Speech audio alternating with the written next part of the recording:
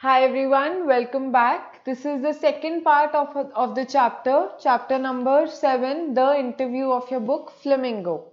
So we had covered the first part in our previous video and we'll continue from where we left there. We were at page 71. So we were at Mukund's next question to Umberto Eco. So he asks, or maybe he responds to his reply. Not everyone can do that, of course. Your non-fictional writing, your scholarly work has a certain playful and personal quality about it. It is a marked departure from a regular academic style, which is invariably depersonalized and often dry and boring. Have you consciously adopted an informal approach, or it has something, or is it something that just comes naturally to you? Now, friends, whenever you are going to interview someone that close, like a one-on-one interview, I'm not talking about a job interview. I'm talking about an interview wherein you can ask any question to the other person. So you have to do some homework. As in मतलब आपको दूसरे बंदे से questions पूछने से पहले कुछ background पता होना जरूरी है. You should do some research, you should talk to people. News में से हमें पता चलता है कितना वो इंसान न्यूज में है. So similarly this person Mukund had did his homework well. अब वो उनके रिस्पॉन्स को ही पिक करके बोलता है कि ये जो आपका स्टाइल है, ये जो आप करते हैं, कैसे उसने बताया था कि ही यूजेस द इंटरवल्स, या फिर जो भी कुछ भी फ्यू मोमेंट्स और even few minutes that he gets, his mind is always processing. वो हमेशा कुछ ना कुछ सोच रहा होता है. कैसे वो बताता है, within the time an elevator reaches from the first floor to the third floor, he says मैं तो एक आर्टिकल लिख देता हूँ इतने टाइम में. मतलब यू सी हिज स्पीड, और मे बी कितनी quickly is processing things in his brain. अब मुकुंद यही उसको जवाब करता है कि not every one can do that, of course. Your non fictional writing, अब वो उसके काम के बारे में पूछ रहा है. नॉन फिक्शनल, ही नोज कि उसका काम नॉन फिक्शनल है, स्कॉलरली वर्क है, and as a certain playful and personal quality about it. Since he had done his homework, that is why he could mention about this, कि उसका जो work है, या उम्बर्टो इको का जितने भी बुक्स में भी ही मस्ट हैव रेड, या फिर उसका जो काम जो इतना ज्यादा फेमस है उसके बारे में उसने कहा it is non fictional and your scholarly work has a certain playful and personal quality. वो कहता है it is a mark departure from a regular academic style. He says कि रेगुलर एकेडमिक स्टाइल जो होता है उससे बहुत ज्यादा हटकर है ये स्टाइल आपका लिखने का. Which is invariably depersonalize and often dry and boring. तो वो ये ड्राई एंड बोरिंग क्या होता है, जो regular academic style of writing होता है, that is considered to be very dry and boring. Have you consciously adopted an informal approach, or is it something that just comes naturally to you? अब वो यही पूछता है, आपने ये जो अप्रोच है, या फिर आपने ये जो आपका जो मोड ऑफ राइटिंग है, आपका जो मेथड ऑफ राइटिंग है, क्या ये आपने कॉन्शियसली अडॉप्ट करा है, या फिर ये आपको naturally it comes to you. So this question he just shoots at Umberto Eco. He says, when I presented my first doctoral dissertation in Italy, one of the professors said, scholars learn a lot of a certain subject, then they make a lot of false hypotheses. Then they correct them at the end. They put the conclusions. You, on the contrary, told the story of your research, even including your trials and errors. At the same time, he recognized I was right and went on to publish my desertion as a book, which meant he appreciated it. So he's just capturing one of the incidents that happened with him. तो वो बता रहा है, बात कर रहा है अपनी फर्स्ट डॉक्टोरल डिसर्शन की. So dissertation is nothing but a long piece of write up. एक लंबा सा राइट अप होता है अबाउट अ पर्टिकुलर सब्जेक्ट. तो वो यही कह रहा है कि when he first presented his desertion in Italy, one of the professors, वो एक पॉइंट ऑफ व्यू बता रहा था वहां पर प्रेजेंट एक प्रोफेसर का। प्रोफेसर ने क्या बोला उसको कि यूजुअली क्या होता है कि स्कॉलर्स जो हैं वो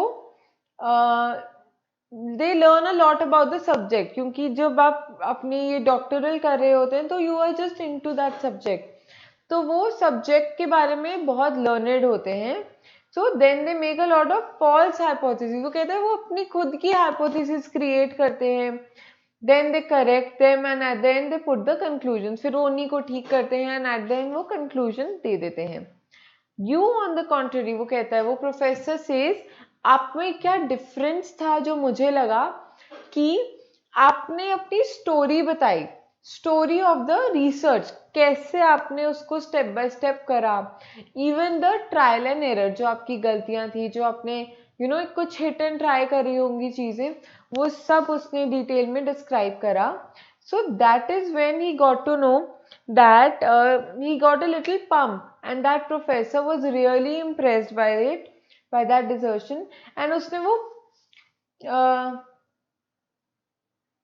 डिसर्टेशन को उसने वो भी करा, रिपोर्ट या पब्लिश भी करा। That time he got to know that he was very different. At that point, at the age of 22, I understood scholarly books should be written the way I had done. See, उसको एक pump मिला या उसको एक kind of positive motivation मिली कि yes, what he did was in a correct way or in a very good approach. By telling the story of research, this is why my essays have always been narrative, have always have a narrative aspect, and this is why probably I started writing narratives so late at the age of 50 more or less. So he says that this is why इसीलिए उसके essays इतने lengthy होते हैं, because they talk about the whole process, about the hits and trials, and have a narrative aspect, kind of narration होती है उनके पूरे research की. This is why probably I started writing narratives so late. That is why he says कि इसीलिए मैंने अपने जो novels हैं वो इतनी late लिखने start करे. He started at the age of 50 or less, more or less. I remember that my dear friend Roland Barthes was always frustrated that he was an essayist and not a novelist. He wanted to do creative writing one day or another, but he died before he could do so. I never felt this kind of frustration. I started writing novels by accident. Now he recalls about what happened with his dear friend Roland. So Roland के बारे में वो बताता है कि Roland इतना frustrated था because he was an essayist and not a novelist. उसे novelist बनना था लेकिन अभी भी वो सिर्फ एक essayist था. And he wanted to do a lot of creative writing, लेकिन उसने बोला before he could do so he died. तो वो बता रहा है अपने बारे में Umberto Eco that he never feels that kind of frustration from his work. जो वो काम कर रहा है he is okay with that, like he is not at all frustrated with it. And वो बता रहा है that he started writing the novels by accident. गलती से उसने स्टार्ट कर दिया या इत्तेफाक की बात है वो novels लिखने लगा. I had nothing to do one day and so I started, he says. जैसा कि उसने हमें पहले बताया, he used to make the most of the intervals or of the blank spaces during his day. तो उसने यही बोला, एक दिन उसके पास कुछ करने को नहीं था, so he suddenly started writing a novel. Novels probably satisfied my taste for narration. While he was writing, he got to know, उसे थोड़ा फील होने लगा कि yes, this is the thing he likes because he was satisfied. Novels probably satisfied my taste for narration. जो kind of उसका taste था narration में, novels वो criteria को fulfill कर पा रहे थे. मुकुंद क्या कहता है उसके बाद? Talking about novels, from being a famous academic, you went on to becoming spectacularly famous about after the publication of The Name of the Rose. You have written 5 novels against many more scholarly works of non-fiction, at least more than 20 of them. So suddenly Umberto Eco corrects him that the number is wrong, it is over 40. See how well researched you have to be before you go for an interview. For taking an interview, जैसा कि हमने देखा Mukund already had a lot of knowledge, उसे ये भी पता था, यहाँ से हमें पता चलता है उसने कौन कौन सी बुक्स लिखी हैं एंड किस टाइप के काम में वो पहले था and now what all he is into. Then he got just one fact incorrect and suddenly Umberto Eco corrects him. Mukund क्या कहता है? Over 40, among them a seminal piece of work on semiotics. But ask most people about Umberto Eco and they will say, oh, he's the novelist. Does that bother you?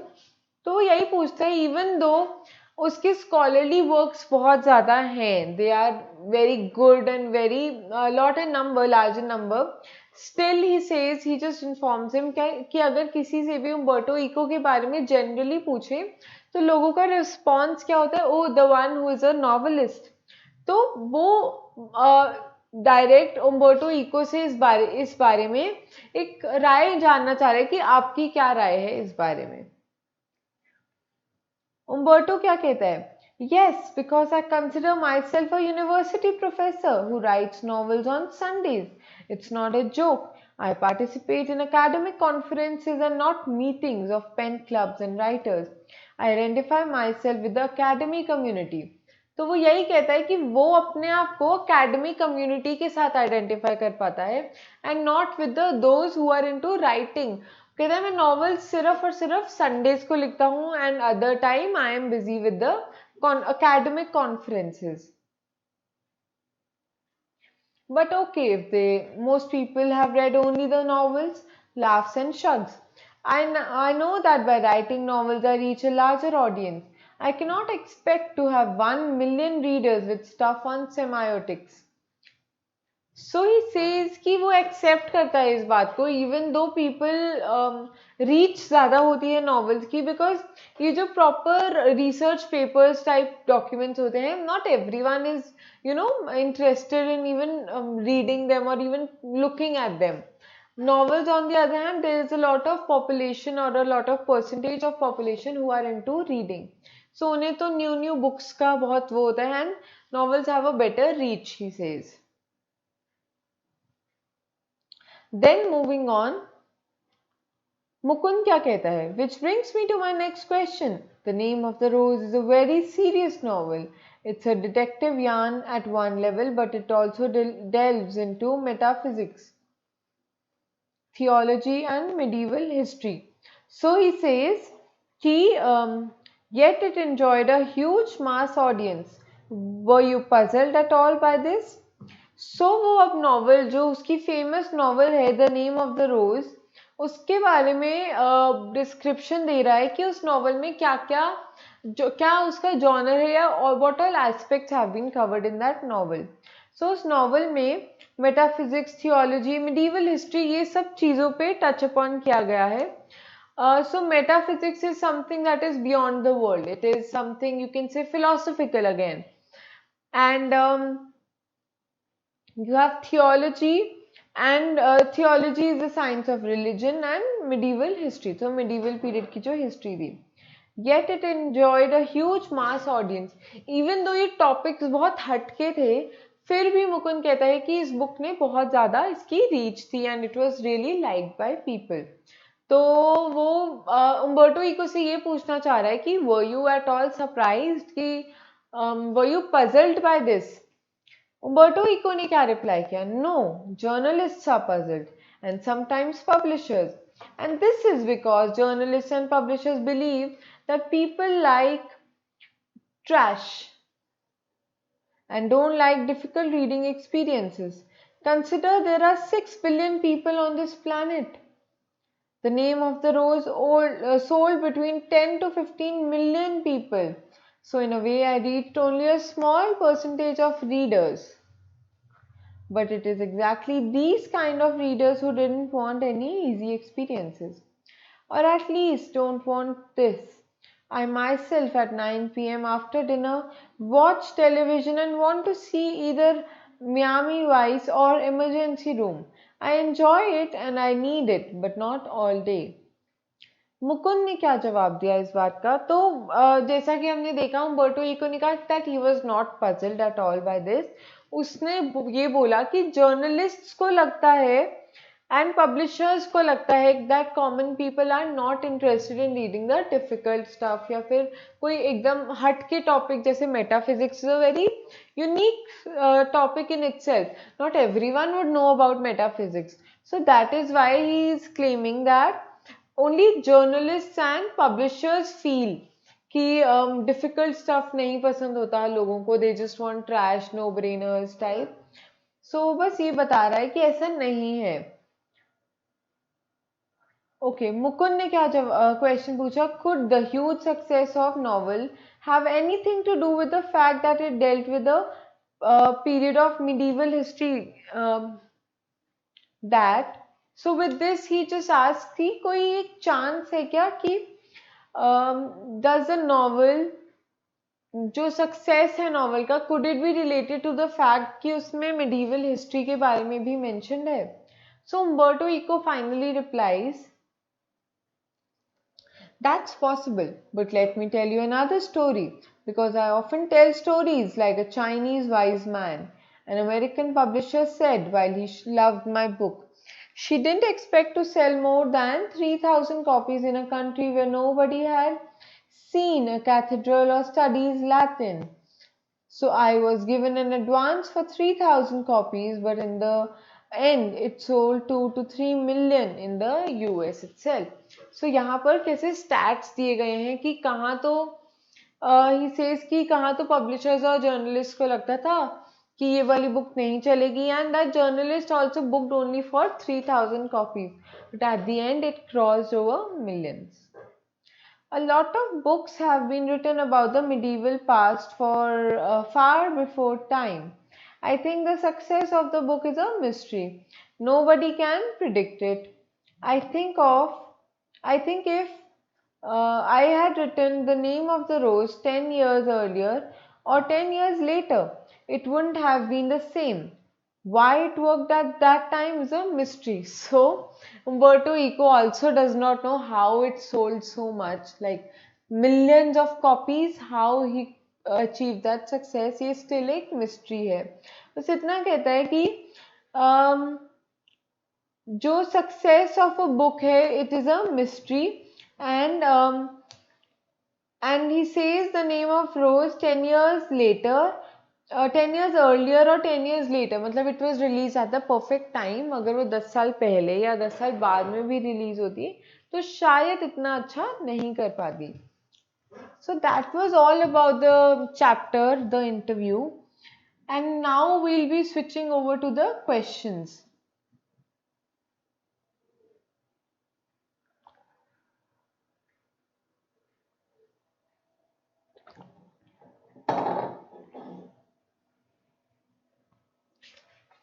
We can first discuss these think as you read questions जो आपकी book में दिए हैं page 69 पे. These are from the part 1 of the video. We did not discuss this content in this video. Alright then, moving on to the questions. First question goes like, what are the some positive views on the interviews? So आप interviews के views, positive views के बारे में क्या लिख सकते हैं? You can start off by telling, थोड़ा उसका background दे सकते हो कि interviews in the 130 year of existence it has become an important part of journalism. You can say that it is useful, it is a useful means of communication and a source of information about celebrities and other important personnel. We can also say that it is considered as an art, serving as a source of truth. So ये सारे parts जो हैं मैंने book itself, from the chapter itself I have picked up. And you can also mention one of the important person's name, like Dennis Bryan has stated that in today's world we get to know our contemporaries through interviews. ये सारे points हमारी book में दिए गए हैं और हमने ये सब points cover भी करे हैं. So that was about the first question. Moving on to the next. Why do most celebrity writers despise being interviewed? Despise being interviewed. So हमें इससे क्या पता चलेगा? जो सेलिब्रिटी राइटर्स हैं उनके बारे में हमने यहाँ से पढ़ना स्टार्ट किया था वीएस नायपॉल से. We can mention that celebrity writers believe कि ये जो इंटरव्यूज हैं they are like an unwarranted intrusion in their lives and उन्हें लगता है that they are being assaulted when they are interviewed and they also believe that this interviewing is a crime and it deserves a punishment. You can say that certain celebrities like V.S. Naipaul have claimed that interviews leave them wounded. ये line भी आप add कर सकते हैं. And while others, Rudyard Kipling, have referred to it as a crime and immoral act, which I've already mentioned. Okay, then moving on to the next question. What is the belief in some primitive cultures about being photographed? So this line I also told you when we read it कि ये line बहुत important है. We need to memorize it. So यहाँ पर आप लिखेंगे the line जो हमने पढ़ी थी. Some primitive cultures believed. See, go to page. This is page 68. You can write down this line. Some primitive cultures believe that if one takes a photographic portrait of somebody, then one is stealing that person's soul. See, this is the answer to that question. आप ये पूरी line as it is लिख सकते हैं. All right, next question 4. What do you understand by expression thumbprints on his windpipe? I discussed this before as well. Okay. The response to this can be this expression means having being suffocated or having been strangulated, whichever word you feel comfortable with. The interview is an assault on a person as it makes him or her very uncomfortable and choked. So all these points you can mention in this answer. The last question from this, all right. The last one from this list. Who in today's world is our chief source of information and about personalities? So ये सब तो हमें, this is a very easy question to answer. We can say in modern times the chief source of information is the interviewer, and इसके बारे में हमने एक line पढ़ी थी कि उसके पास जो power है, here on page 70. You can just mention this line that is an interviewer because he holds a position of unprecedented power and influence. ठीक है? And you can also just simply explain it in 2-3 lines in simple words कि मतलब क्या है इसका, that the person who gathers and provides us with the best possible information from the interviewees. वही इंसान है ना जिसके source पे हम rely करते हैं. So that's why. Now I'm moving on to the understanding the text questions. तो हमारा जो फर्स्ट क्वेश्चन है वो क्या कहता है? Do you think Umberto Eco likes being interviewed? Give reasons for your opinion. So this is an easy one. जो Umberto Eco और मुकुंद की कॉन्वर्सेशन थी वो आप लोगों को कैसी लगी? This you should just think of. I think this conversation was very in a good flow. This was very easy conversation. There were no fights or arguments in between. So you can say that Umberto Eco in all possibility likes being interviewed. He felt just as ease with the interviewer and answered all the questions fully and patiently without showing any hurry. He stated his achievement in a very modest manner and explained his philosophical views and interests clearly. He let the interviewer enter the secret about his craft with a loud laugh. Also, he elaborated his approach, which was unique. He was mannerly, warm, and property responsive as well. So, all these points you can mention in this answer. Moving on to the next question. How does Eco find the time to write so much? This also we discussed. उनके पास वो time आता था उन spaces में. He used to utilize that blank space. So we can say that two factors हैं that explain how Eco was able to write so much. One, life of every person has, you can mention that according to him, there was a lot of empty spaces present in our lives, and he used to make sure that he utilizes those empty spaces or intervals. And what else you can say? You can say that he explains that people wondered um, that he had written so much on various subjects. तो ये दो उसके writing style के बारे में दो तरह से बातें करी गई थी. Okay, moving on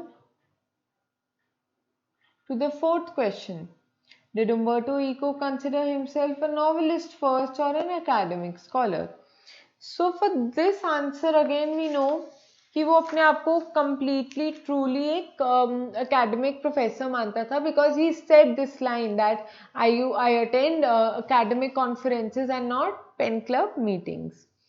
So simply we can say that it saves his time. He used to work on his empty work even in his empty spaces or intervals.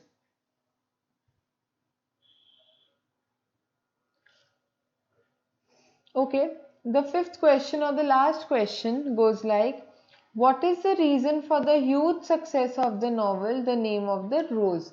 यहाँ पर आप पूरा मेंशन कर सकते हैं जैसा कि उम्बर्टो इको को मुकुंद ने मेंशन करा था about his book.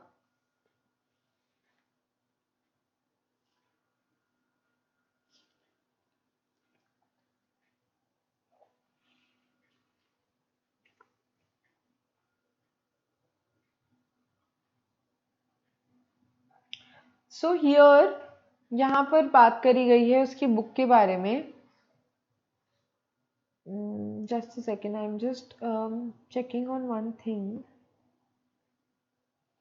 All right, so हम लोग उसकी बुक के बारे में लिख सकते हैं कि the name of the rose is different sort of novel because it is a quite serious novel. On page 72, it is a quite serious novel and it's a detective yarn at one level, but it also delves into metaphysics, theology and medieval history. Yet it enjoyed a huge mass audience. So you can write down all these things. Reason yahi tha ki it was a mix of all these theories and which and probably he also felt that it was due to medieval history also because उसके बारे में medieval history की touch मतलब it was one of the topics which was covered in that book. The reasons for the success of the book, this line you have to highlight that the main reason for the success of the book are still a mystery even to Umberto Eco. So these all are the questions जो आपकी book में दिए हैं. Again in this chapter as I have already mentioned कि जो points हैं you should remember all these names, what all they think about the process of interview and how they perceive it. कैसे वो interviewer से बात करते हैं, how comfortable they are, ये सारे points इन सब लोगों के बारे में. And secondly, the questions that I have discussed with you, you can just frame them down properly. I have clearly spoken out the answers in the video. तो आप लोग उनको follow कर सकते हैं. And apart from that, this interview of Umberto Eco, which is your part 2, Umberto Eco and Mukund का जो interview है, इसमें से जो मैंने आपको कुछ important lines like about the name of the novel, वो उस novel में क्या था and the concept of that blank spaces Umberto Eco का and his style of writing, ये सारी चीजें are some important points that you must take care of. Rest everything has been covered. I hope you are clear with this chapter now. Thank you for watching the video.